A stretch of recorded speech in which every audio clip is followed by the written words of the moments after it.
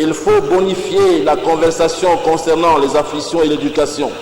Certes, l'islam se charge de la formation des jeunes avec un intérêt majeur, parce qu'ils seront les hommes dans le futur et ils succéderont à leurs parents.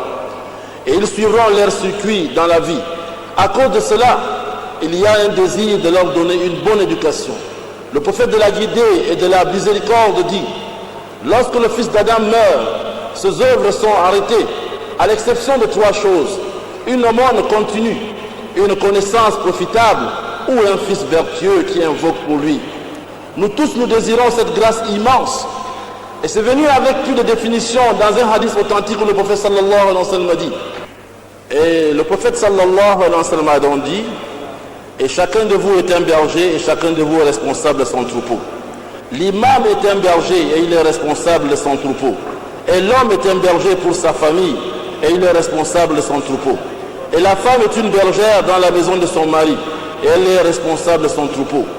Et l'esclave est un berger dans la richesse de son maître et il est responsable de son troupeau.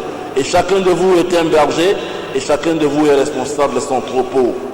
Ainsi, l'éducation des enfants, la bonne éducation est un dépôt et une responsabilité.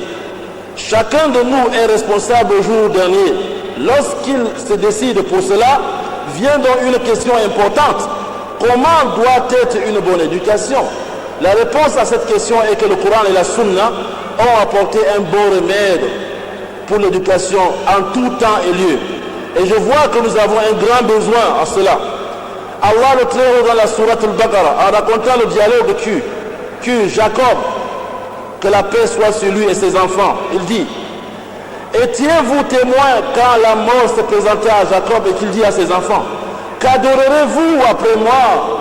Ils répondirent: nous adorerons la divinité, nous adorerons ta divinité et la divinité de tes pères, Abraham, Ismaïl et Isaac, divinité unique et à laquelle nous sommes soumis.